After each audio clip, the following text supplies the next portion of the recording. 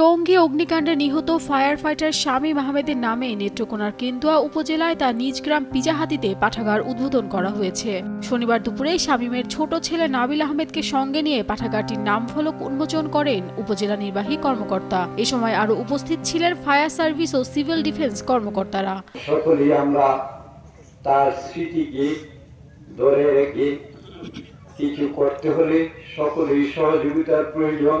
আমরা সকলেই সহযোগিতা করব এবং তার পরপারে যাতে ভালো হয় সেই জন্য সকলের কাছে দোয়ার প্রত্যাশা রেখে একটা যে কোনো বিষয়ে আমাকে নিয়ে সে ভাই বলে ডাকতো এবং এত সুন্দর মুখের ভাষা যে ছোট ভাই হিসাবে তাকে এখন আমি বলতে পারতেছিলাম। সে যেদিন মৃত্যুবরণ করেছেন আমি নিজেকে সামলাতে পারছিলাম না।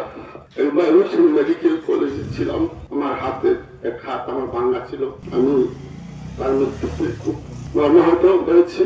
আমি তার মাগফিরাত কামনা করছি। আসলে গ্রামবাসী যারা আছেন আমি তার বড় ভাই হিসেবে বলবো, একজন সমাজসেবক সংবাদকর্মী হিসেবে বলবো, মানুষের মৃত্যু এরকমই প্রয়োজন। আমার আপত্তি হলো এটাই যে আমার একটা দুইটা বাইস্তা আছে, ওদের প্রতি যেমন সরকারে ঠিক মতো দেখে ওদের লেখাপড়ার সুযোগ করে, তাইলে আমি খুশি। এদিন নিহত শামীমের কর্মজীবনের স্মৃতিচারণ করে তার পরিবারের প্রতি সহানুভূতি প্রকাশ করেন উপজেলা নির্বাহী কর্মকর্তা ও তার সহকর্মীরা। শামীম আহমেদ আমাদের ফায়ার সার্ভিস সিভিল ডিফেন্সের একজন ফায়ার ফাইটার এবং সাহসী কর্মী ছিলেন। সে কিন্তু সাদা মনের মানুষ ছিল। আমি যতটুকু আমার সাথে যে কয়েকদিন চলছে, যে কয়েকদিন সুযোগ পাইছি চলার, খুব সাদা মনের মানুষ ছিল। সে অত্যন্ত ভালো ছিল, দক্ষ ছিল, সেই জন্য তাকে ঢাকা নিয়ে অপারেশন ছেড়ে দেওয়া হয়েছিল। আমাদের কাজে হচ্ছে পরের বিপদে নিজের জীবন বিসর্জন দেওয়া। এটাই শামীম তার জীবন দিয়ে সার্থক করে গেছে। আগে একজন বলেছে আমরা জন্মেছি, মৃত্যু আমাদের নিশ্চিত, মৃত্যু হবে। মৃত্যুর পরে কেউ কোনোদিন স্মরণ রাখে। আমাদের মাঝে শামীম বেঁচে থাকবে।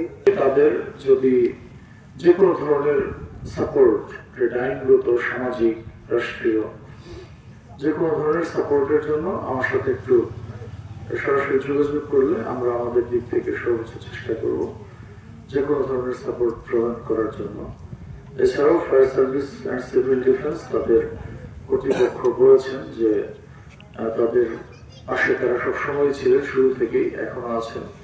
সর্বোপরি বাংলাদেশ সরকার তাদের সাথে আছে। আমরা মনে করি যে তার পরিবার, আমরা যতদিন রাষ্ট্র ব্যবস্থা থাকবে ততদিন তাদের পরিবারের ইনশাআল্লাহ কোনো সমস্যা হবে না।